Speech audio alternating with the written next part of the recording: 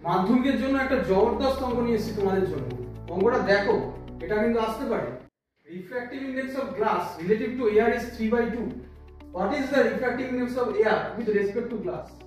তাহলে কি বলেছে যে এখানে glass with respect two air, তার মানে এয়ার থেকে গ্লাসে লাইট যাচ্ছে এরকম ভেবে নিতে হবে। তার মানে কি mu G by mu A equals to কি দেওয়া আছে, এটা 3/2 দেওয়া আছে।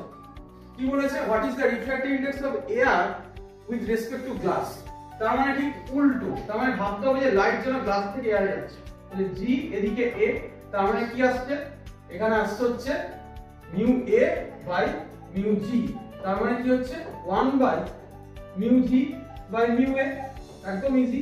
তার মানে 1/3/2, তার মানে অ্যানসার কত হচ্ছে 2/3।